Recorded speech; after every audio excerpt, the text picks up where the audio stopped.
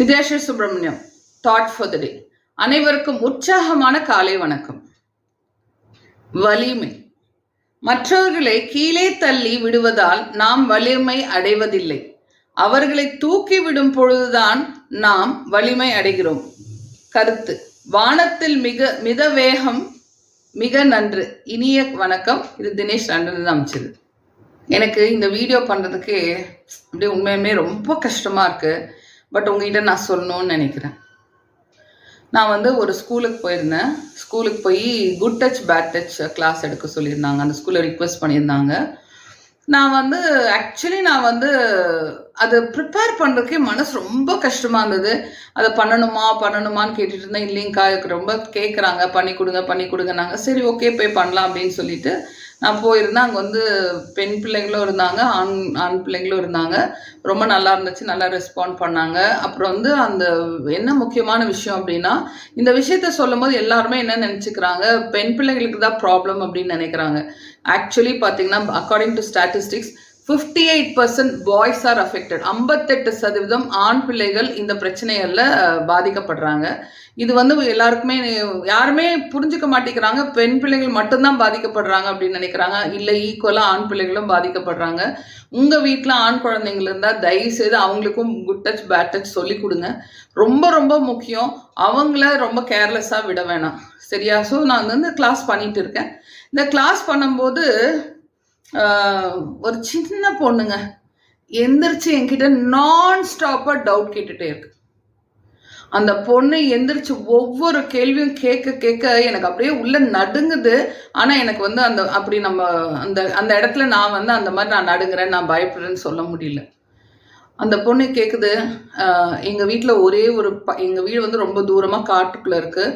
எங்கள் வீடு பக்கத்தில் ஒரே ஒரு வீடு தான் இருக்குது. நான் தனியாக இருக்க வேண்டிய சூழ்நிலை. எங்கள் அப்பா இல்லை, எங்கள் அம்மா மட்டும்தான் இருக்காங்க. நிறைய நேரம் நான் தனியாக தான் இருக்கேன். நான் தனியாக இருக்கேன்னு சொல்லிட்டு அந்த பொண்ணுக்கு என்ன பாதிப்புன்னு எங்ககிட்ட சொல்லல. நான் என்ன பண்ணுறது தனியாக இருக்கும் போதுன்னு கேட்குது. அப்போ நான் சொன்னேன், நீ ஒன்றும் இல்லை, அம்மா இல்லாத போது நீ பேக் எல்லாம் எடுத்துட்டு கோயில், உங்கள் ஊரில் ஒரு கோயில் இருக்கும். கோயில் பொது இடம், பொது மனுஷங்க நிறையா இருக்கிற இடம், ஒரு திண்ணையோ இல்லை ஒரு பெஞ்ச் போட்டிருப்பாங்க, கவர்மெண்ட் பெஞ்செலாம் போடுவோம். அங்கே போய் நீ உட்காந்து நீ உன் புக்ஸை வச்சுட்டு இருந்துக்கோ, அம்மா வரவர்கள் அங்கேயே இரு, எங்கேயுமே போகாத அப்படின்னு. நான் வேற என்ன சொல்கிறது, அப்படி தான் சொன்னேன். அந்த பொண்ணு கேட்ட கேள்விகள் எப்படின்னா, நான் தனியாக இருக்கும்போது பக்கத்து வீட்டிலேருந்து யாராச்சும் வருவாங்கன்னு சொல்ல, நான் தனியா அந்த பொண்ணு சொன்ன விஷயங்கள் எல்லாம் இதுதான். பக்கத்துல யாரோ இருக்காங்க, அந்த பொண்ணை தொந்தரவு பண்ணிட்டு இருக்காங்க. இந்த தொந்தரவு பண்றது அப்படிங்கிறது ரொம்ப காமனான விஷயம். நம்ம ஊர்ல அது எல்லாத்துக்குமே ஒரு சூழ்நிலை ஏதோ ஒன்று நடந்திருக்கு, அது வெளியில சொல்ல முடியாம தான் இருக்கும். இது முக்கியமா நிறைய பேருக்கு பிரச்சனையே அவங்க பெற்றோர்கள் தான். அவங்க பெற்றோர்கள் யாரை வீட்டுக்குள்ள விடணும், யாரை வீட்டுக்குள்ள விட வேண்டாம்னு சொல்லிட்டு எந்த விதமான ஒரு முன்னெச்சரிக்கையோ எடுக்கிறதே இல்லை. இந்த பெற்றோர்கள் என்ன பண்றீங்க அப்படின்னா, நம்பிக்கை அப்படிங்கிற பேர்ல யாரை வேணாலும் வீட்டுக்குள்ள விடுறீங்க. அது இந்த பிரச்சனை எப்படி தெரியுமா, ரொம்ப தெரிஞ்சவங்க மூலியமா தான் நடக்குது. நடந்த பிறகு நம்ம பிள்ளைங்களை திட்டி கர்ஸ் பண்ணி பிரயோஜனம் இல்லை. நீங்க முன்னெச்சரிக்கா இருக்கணும். ஆண் பிள்ளைகளா இருந்தாலும் சரி, பெண் பிள்ளைங்களா சரி, அவங்கள தனியா விட்டுட்டு போனா அவங்க தனியா எப்படி ஹேண்டில் பண்ணணும். ஒரு பையன் என்னை கேட்டாப்புல, ஏங்க ஆண்டி, நீங்க நம்ம கதவு தட்டும் போது எங்க அம்மா அப்பா குரலே யாராச்சும் கேட்டாங்கன்னா நான் கதவை திறக்கணுமா வேண்டாமா? எப்படிலாம் கேட்குறாங்க பாருங்க. இதெல்லாம் உங்க பிள்ளைங்களுக்கு நடந்துட்டு இருக்கு. அப்போ நீங்க தான் உங்க பிள்ளைங்களை ஜாக்கிரதையா வச்சுக்கணும். யாரை நம்பி விடணும், யாரை நம்பி விடக்கூடாது. நீங்க உங்களோட ஓன் கித்தன் நம்பி விடுவீங்க, அவங்களே பெரிய பிரச்சனையா இருப்பாங்க. இப்ப கூட நான் ரீசெண்டா ஒருத்தவங்க கேட்டேன். அவரு சரியில்லைன்னு அவங்க எல்லாருக்குமே பொதுவாகவே தெரியுது. அவங்க வீட்டில் ஒரு பொண்ணை அனுப்புறாங்க. எதுக்கு? வேலைக்கு அனுப்புறாங்க. அவங்க வீட்டோட வச்சுக்கிறாங்க. அப்போ ஒருத்தர் வார்ன் பண்ணியிருக்காரு, எதுக்குப்பா அவங்க வீட்டுக்கு அனுப்புறீங்க அப்படின்னு கேட்டிருக்காங்க. இவங்க இல்லப்பா, இந்த பொண்ணுக்கு ஏழ்மையான நிலைமை, வேலை வேணும், அவங்க வீட்டிலே இருக்கட்டும்னு சொல்லிட்டு தெரிஞ்சுக்கிட்டே தான் கொண்டு போய் விடுறாங்க. ஆனா அந்த பொண்ணு அந்த வீட்லயே ரொம்ப வருஷம் இருந்து கடைசியில் அந்த பொண்ணுக்கு பைத்தியமாய் தான் வெளியே வந்திருக்கு. ஸோ அந்த பொண்ணுக்கு எந்த மாதிரி தொந்தரவு நடந்திருக்குன்னு பாருங்க. நம்ம பிள்ளைங்களை நம்ம என்ன தெரியுமா, நீங்க ஒரு அனுபவத்தை கொடுத்தாலும் அந்த அனுபவம் அவங்க வாழ்க்கை பூரா கேரி பண்ணிக்கிட்டே இருப்பாங்க. ஸோ இதுக்கு நான் பண்ணும்போது நான் ஒரு வீடியோ பார்த்தேன். அந்த வீடியோவில் என்ன அந்த கதை, இந்த குட் டச் பேட் டச்சோட கதை. அதில் என்ன அப்படின்னா, ஒரு பொண்ணு வந்து வீட்டில் இருக்குது. அந்த பொண்ணு அவங்க அம்மா எல்லாமே ரொம்ப ஹாப்பியாக இருக்காங்க. அந்த பொண்ணுக்கு வந்து ஒரு மாஸ்டர் வீட்டுக்கு வரார். மாஸ்டர் வீட்டு வந்து டியூஷனுக்கு வரார். இந்த அம்மா வந்து அந்த மாஸ்டரை முழுமையாக நம்புது. அந்த அம்மா வந்து ஒரு தம்பி மாதிரி ட்ரீட் பண்ணுது, ரொம்ப பிரியமாக வச்சுக்கிறாங்க. ஆனால் இவரோட கண்ணோட்டம் வேற மாதிரி இருக்கு. ஸோ இவர் என்ன பண்ணுறாருன்னா, அந்த பொண்ணை வந்து துன்புறுத்திக்கிட்டே தான் இருக்காரு. எப்பெல்லாம் தனிமையாக இருக்குதோ அப்போ வந்து இவர் வந்துடுறாரு. வந்து இந்த பொண்ணுக்கு இப்படியே பண்ணிட்டு இருக்கு. அந்த பொண்ணு வந்து அவங்க அம்மாட்ட சொல்லவே இல்லை. ஏன்னா இவங்க அம்மா தான் அந்த அவரை பற்றி ரொம்ப புகழ்ந்து புகழ்ந்து பேசுது. அந்த அம்மா ரொம்ப நம்பிக்கையாக அந்த அம்மா அவரை இந்த டியூஷன் மாஸ்டர் பற்றி பேசிட்டே இருக்கனால இந்த பொண்ணுக்கு வந்து அவங்க அம்மாட்ட சொல்கிறதுக்கு தைரியமே வரல. அப்புறம் கொஞ்ச நாள் ஆயிடுது. அந்த பொண்ணு வளர்ந்ததுக்கப்புறம் அந்த அம்மா ஒரு நாள் சொல்கிறாங்க, நீ வந்து இன்னைக்கு சீக்கிரமா வந்துரு, உன்னோட டியூஷன் மாஸ்டர் ஒரு ஃபேமிலியோட வீட்டுக்கு வர போறாரு, நீ வந்துடுறியா அப்படிங்கிறோன்னே இந்த பொண்ணு ஒரே அப்படி யோசனை பண்ணுது. என்னெல்லாம் நடந்துச்சு, எப்படிலாம் நடந்துச்சு அப்படின்னு சொல்லிட்டு யோசனை பண்ணுது. சரிம்மா நான் வரேன் அப்படின்னு ரொம்ப சோகமா இருந்தா நான் வரேன்னு சொல்லிட்டு போகுது. ஏன்னா திருப்பி அவங்க அம்மாட்ட அந்த பொண்ணால சொல்ல முடியல. அப்புறம் என்ன ஆச்சு அப்படின்னா, இந்த கதை அதோட முடிச்சிடுறாங்க. என்னன்னா, இந்த பொண்ணு வந்து என்ன நடந்தது அவங்க அம்மாட்ட சொல்லவே இல்லை, யார்கிட்டயுமே சொல்ல. ஆனா இந்த பொண்ணு டெய்லி வேலைக்கு போகுது, சாப்பிடுது, எல்லாமே நடந்துட்டு இருக்கு.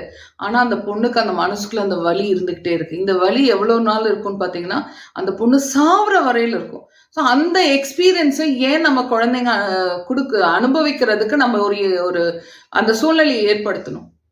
ஸோ நீங்கள் குழந்தைங்க வளர்க்கணும் அப்படிங்கிறத இதை வந்து நீங்கள் வந்து ஒரு பொறுப்பு எடுக்கணும். நீங்கள் பொறுப்பு இல்லாமல் உங்களுக்கு கம்ஃபர்ட் ஓகே அந்த நேரம் என்ன அப்படின்னு சொல்லிட்டு டெம்பரரியாக முடிவெடுத்து யார்கிட்டையாவது குழந்தைங்களை ஒப்படைச்சிட்டு போகிறது. நீங்கள் ஒரே பேரண்ட்டு, சிங்கிள் பேரண்ட்டு, குழந்தைங்க வளர்க்கணும், என்ன பண்ணணும், நீங்கள் வந்து உங்கள் குழந்தையோட சேஃப்டியும் அதில் நீங்கள் இன்க்ளூட் பண்ணணும். ஹெல்ப்லெஸ் சிச்சுவேஷன் என்ன பண்ணுறதுன்னு யாரையோ நம்பி நீங்கள் விட்டுட்டு போய் அந்த குழந்தைக்கு வந்து வாழ்க்கை பூரா ஒரு பிரச்சனை வெளியில் சொல்ல முடியாது. நீங்க பாருங்க, பெண்கள்னாலையும் சொல்ல முடியல, ஆண் குழந்தைங்களுக்கும் சொல்ல முடியல. ஆக மொத்தம் குழந்தைங்க பாதிக்கப்படுறாங்க. ஸோ பெற்றோர்கள் தயவு செய்து கேர்ஃபுல்லா இருங்க. இந்த மாதிரி விஷயங்கள் ரொம்ப பொதுவா எல்லாத்துக்கூடயும் நடந்துகிட்டே இருக்கு. ஸோ இதை பத்தி நான் இன்னொன்று பார்க்கும்போது எனக்கு வந்து வேற ஒரு வீடியோ கேட்டேன். அதையும் நான் இதிலேயே சொல்லிடுறேனே. என்னன்னா, அந்த காலத்துல ரொம்ப வருஷத்துக்கு முன்னாடி சதி அப்படின்னு சொல்லிட்டு ஒரு பிராக்டிஸ் இருந்தது. அந்த சதிங்கிற பிராக்டிஸ் என்ன அப்படின்னு பாத்தீங்கன்னா, எப்போ வந்து ஒரு கணவர் இறக்குறாரோ அப்போ வந்து என்ன பண்ணுவாங்கன்னா, இந்த பெண்கள் வந்து உடன்கட்டை ஏறிடுவாங்க. உடன்கட்டைன்னா அவங்க ஹஸ்பண்டோடய போய் செத்து போயிடுவாங்க. அந்த தீயில வந்து எரிஞ்சிருவாங்க. அப்ப ஏன் எறிகிறாங்க அப்படின்னு பார்த்தா, அதுக்கு இன்னொரு கண்ணோட்டம் என்ன சொன்னாங்க தெரியுமா? இந்த கணவர் இறந்த பிறகு அந்த பெண்ணு, அந்த லேடிய வந்து அவங்க சுத்தி இருக்கிற ஆண்கள் வந்து அவ்வளோ பாடுபடுத்துவாங்களாம், அவ்வளோ கொடுமைப்படுத்துவாங்களாம். அதனாலதான் இவங்க வந்து சரி இந்த வாழ்க்கை இனிமே வேண்டாம், ஹஸ்பண்ட்லன்னு தெரிஞ்சுட்டு இவங்க எல்லாம் வந்து நம்மள வந்து கடிச்சு கொதற போறாங்கன்னு சொல்லிட்டு சகிக்க முடியாம தான் உடன்கட்டை ஏறிட்டு இருந்தாங்களாம்.